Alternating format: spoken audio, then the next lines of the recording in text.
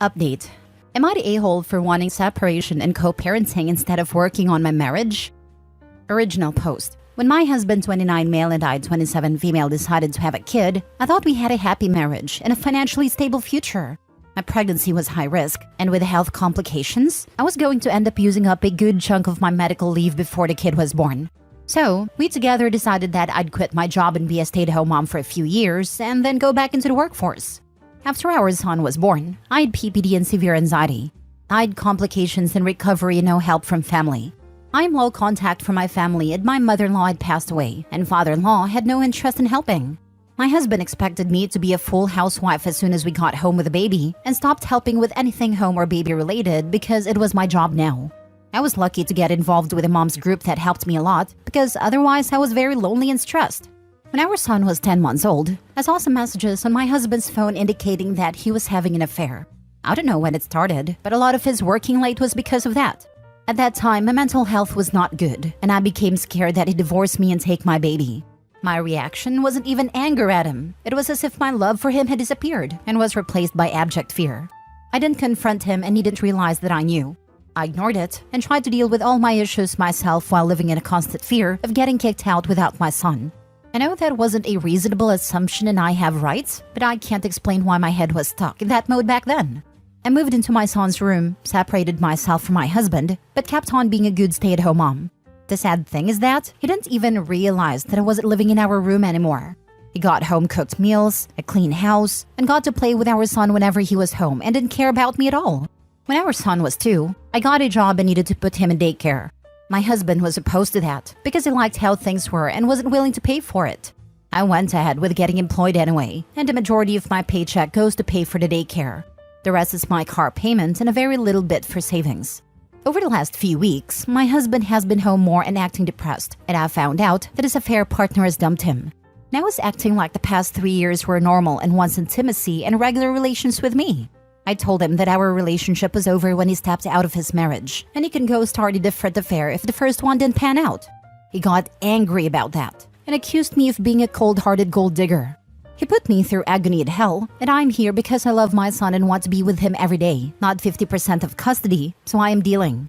But he believes he's the wrong party here. I have become accustomed to the situation, and I'm okay with us living separately like roommates and raising our son. I don't care who he dates or loves or sleeps with. If things change down the line when my son is going to school and is less dependent on me, or if I fall in love with someone else, then yeah, I'd file for divorce. If he wants a divorce, that's okay too. I've consulted with a divorce lawyer already, and I know I'll get half of the equity in our house, half of his 401k, and either child support or shared expenses into our son's needs. Living in this house with our son is just more convenient for me right now. Now he is arguing that because I didn't say anything when I found out about the affair, I have no right to bring it up now that it is over. My parents agree with him and say that since I chose to ignore the affair, it has no bearing in our relationship now. My husband wants to go into marriage counseling, but I don't see a point to that. The only 2 options acceptable to me are the status quo as is now or divorce. Does that make me an a-hole? Now for the top comments before reading the update. Not the a-hole. Please divorce him. Him and your parents are a-holes. I can't believe your parents would want you to stay with someone who cheated. I've looked into it, but it's such a messy process and I don't even have enough time to sleep. On top of that, the complication of finding another place to live. It doesn't benefit me, I think, to do that right now. But if he does all the work, then I'll just sign the paperwork, with my lawyer of course. But starting it all myself feels daunting. I'm low contact with my parents because they are like this. He reached out to them and I know they're not right, but it's hard to ignore doubts. Would I be morally wrong if I stick around for another few years so I have 100% custody and also comfortable living while my baby's so little? He's saying that me not confronting him about this affair and wanting to be a co-parent, not a wife, makes me a gold digger. And him sleeping around on his wife with a new baby makes him an a-hole. Who cares what he says? Do what you need to do too and ignore the idiots around you. Good luck. Not the a-hole. That's not how it works. He wants to go to marriage counseling? Why? For what marriage? Dude checked out for 3 years, and now he wants to pretend like nothing happened? Even if he hadn't been cheating, to be in a marriage, you have to be there. He literally ignored you for 3 years, and he didn't even notice that you were gone. It also seems a bit weird of him to call you a gold digger when the only thing he ever actually pays for is the home of the kid. I agree with you about the job. I was in a panic when I started looking for jobs, and it still took me a year to get into something reasonable. My current job is hopefully a stepping stone back into a career, and I'm trying to plan long term. I've taken legal advice and there is no alimony in my state, and a child support calculator is not caught up to cost of living changes and inflation. I can get a decent amount of money in equity of the house and 401k split, but it is possible that he'll fight on that out of spite, and I may end up spending as much on lawyers fighting for it as I might get out of it. And even that will take 2 or more years to resolve. If I divorce, the amount of child support I can get will help with utilities and expenses, but only partially towards rent. I still need a job to afford housing and half of daycare. I'd love to go back to school, but I'm not able to fund it with a baby in tow. Thank you for the advice. What you are saying is correct, and I'll keep looking into college affordability. Now for the update. We have been having non-stop arguments. I tried disengaging and gray rocking, but that didn't help. He swings between love bombing and being around all the time to yelling and raging at me. I agreed to couples counseling with the goal of having a better co-parenting arrangement. He told the counselor he still wants the marriage to work out. We had some proper organized discussion, so that was useful. We were both asked to lay out our resentments. Mine was the years of long affair, obviously. I don't think anything beyond that needs to be said. But of course, there's the neglect, the lack of help, the absence from home, and that I have to pay for our son's daycare without any contribution from him. His list of resentments were a doozy. He says that I ruined his experience of becoming a father because I was difficult and neurotic. My painful pregnancy and medical complications were unnecessary drama to him. When we agreed that I'd be a stay-at-home mom till our son started school, he was envisioning a picture-perfect home with a beautiful wife and child to cater to him. He's upset the reality was nothing like that and is convinced that I tricked him. He's a selfish idiot, but he was also encouraged and enabled by people around him to talk this up, including my parents. I've always known that my parents didn't love me much, but I have come to realize that they resent me and look down on me. The first year of our son's life, he was a bit sickly. Preemie had acid reflux, so he was clingy to me. He resents me for that too. Now that son's a healthy toddler that can run around and throw ball, is more interested in engaging with him. The whole thing was a pretty painful exercise for me. I restarted my own individual therapy. I had made myself numb to his actions. Grew up that way thanks to my neglectful parents. It was ignoring issues to focus on my son, but my husband did a good job of opening up all the scabs. I learned a lot more than I wanted to about his affair partner too. Now that I'm physically recovered, lost a lot of weight, ironically from stress and look well put together, I'm good enough to be his partner again? Anyway, I've filed for divorce. I think it'll take a year and then some for it to go through. I'll stay here and not move out till we sell the house and divide assets. Wow, how dare you have difficult pregnancy to spite your poor husband? The man is crazy. That's the worst case of narcissistic main character syndrome I think I've ever read about. People don't get sick because of him, they just get sick.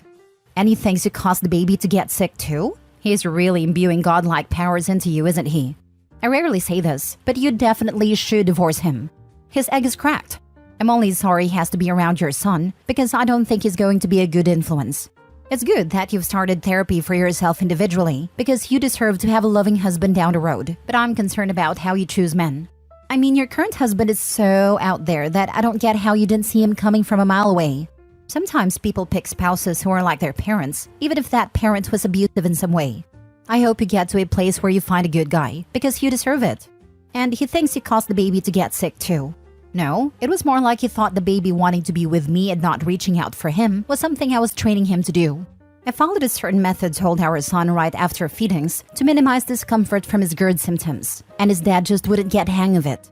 So obviously, the baby wants to be with the one giving him comfort, versus the dad who wanted to bounce him and worsen his gastro pains. But my husband was determined to find fault, so that has to be my fault, not the lack of care from him. Your current husband is so out there that I don't get how you didn't see him coming from a mile away. That is something I don't understand myself. We were pretty happy together before I got pregnant. He was a helpful, loving husband, very excited about becoming a father. I think your soon-to-be ex-husband is a classic narcissist, and now you see his true face. The great time you had with him together was just a mask. He is now showing his true colors, and I applaud you for leaving him.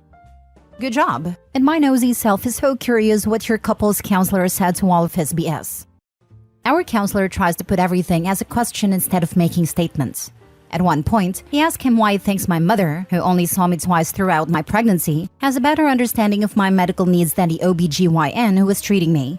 He kept arguing that I was exaggerating the doctor's concerns, even though I had printed notes of diagnosis and doctor recommendations. My mother has a long history of avoiding doing anything for me by being dismissive, so things affecting me are never important enough or problematic enough to involve any work from her. My husband knows she's like this, but still ran with it as, "See, even your mother thinks you were making things up." Last story. Would I be the a-hole if I didn't stay and raise an SA baby? So me and my wife have been together for 5 years and married for 1. We were trying for a baby, but we had recently stopped after she had a miscarriage. So I'll say about 2 to 3 months ago, she got SA'd. She was very bad off, would barely let me touch her and everything. I got her into therapy. She quit her job, so I've been the only income. I was very sad this was happening to her. Then 3 to 4 weeks ago, she told me she was pregnant and it was her attacker. I asked what she plans to do, and she said to keep it, and will hope I raise it with her. I said I wouldn't, and I don't think she should keep it either. My sister was the product of an awful relationship and no one ever really loved her but me. My mother used to beat her and starve her a lot. She said she wouldn't do that. I told her I'm not saying you would, but you may have some resentment towards the child and children can sense that. She got mad and said she wouldn't do that. I just told her okay. She asked again if I would help her raise the child. I told her to let me think about it. So I did, and I told her I would as long as I get it in writing, that if we ever, which I hope not, divorced, that I would not have to pay for that child. I would like the role as a stepfather rather than a real one, and that I would want my own kid as well a few years later. She said yes to the first 2, but no to the last one. Then I said it's a deal breaker. I said I understand you may not want to put your body through that again, but I want to buy a child as well, not an offender's child. I told her to think about it and let me know what you decide. She took time to think and still said the same thing, and that I will not make her have another child. I said okay, and that we can start the divorce process whenever you're ready if that's your final decision. Most people are on my side, but my sister thinks I should just adopt a child and divorce my wife. Would I be the a-hole if I didn't stay? Edit. So a lot of people are asking why are you going to treat this child like a step kid? The dad is white. My wife is Hispanic mixed with white, so it's gonna be a white baby. I'm African American mixed with Mexican and my dad is a darker Mexican. So yes, the child's gonna know it's white. Now for the top comments. She already knows if she loves this baby or not. Refusing to see a hypothetical baby as your own when you will be the only father in the newborn's life. Already treating the kid as less than. It's a rejection, since the child won't have another father. Stepfather relationships are for when a guy comes into an older child's life or aren't in their life consistently. So yes, if you will be rejecting the kid, you shouldn't be part of their life. But the way you described everything is like you are aiming at being cruel. It's your presentation, not your choices that I'm objecting to. The kid is going to very obviously know it's not mine, especially when it gets older like 9, it's going to know. So, the kid won't care as long as you have loved him/her. Have you been around little kids? If not, I'm going to tell you a story about me and my sister. So we look very different. She's a lot darker than me and has black curls. So when I was 14, she was 7. She didn't really understand that we had different dads. But she always used to ask how come my hair was a lot looser than hers and why I was lighter than her. I used to say genetics, but she used to see my dad's other kids sometimes, and she knew that something was up that she didn't look like the rest of us. So by 8, I told her that she had a different father and I just told her he died. I eventually told her the truth, but still kids notice things like that. So her, at that young age, she cared why didn't she look like me. She wants to keep it. You don't want to be a part of this. No a-holes here. Not the a-hole if you leave us you don't want to raise a child that isn't yours. Not the a-hole if she chooses to raise the child of a man who assaulted her. You are not obligated to step up. Also, don't wait on her. You be the one to start a divorce. If you wait too late, they will automatically consider the child yours. My sister thinks I should just adopt the child and divorce my wife. No offense, but your sister sounds very stupid for this comment. Sister does not sound stupid. Sister sounds traumatized. You sound ignorant. OP says sister was the child of an abusive relationship. Her mother resented her, presumably because she reminded mom of the abuser, and so mom starved her and beat her. Sister is likely empathizing with the child in this situation and is afraid that OP's wife will model the same behavior her mom did. She likely feels the child would be safer with OP, who wasn't abused. Not the a-hole. Another thing to consider is that, depending on where you live, the rapist might be able to apply for and receive parental rights, meaning he's back in both of your lives. Does your wife realize that? Also, depending on where you live, married couples have what's called presumed parentage. Basically, any child born within the wedlock is the husband's child regardless of rape or cheating. Some men have only been able to get their rights reversed, meaning they have no rights to a relationship with a child, but they still have to offer financial support. OP, get a lawyer. Any documents you all make up and sign, any verbal agreement is irrelevant. The law is typically clear on this. Not the a-hole. That is beyond sad, especially the cheating part. Our laws are so outdated it's crazy. There are literally thousands of men who have raised their children, found out they're not biologically theirs, had all rights removed, sometimes by the spiteful ex, not even through their own actions/court requests, and still have to pay 15 to 30% of their income into the child's early adulthood. The state gets federal kickbacks in putting men on child support. It's a hell of a system. Presumed parentage is 110% BS, and it's cases like these and divorces where men lose everything they have to a cheating spouse that makes men start disengaged from marriage, and it's so sad. As a married woman, I think DNA tests should be mandatory.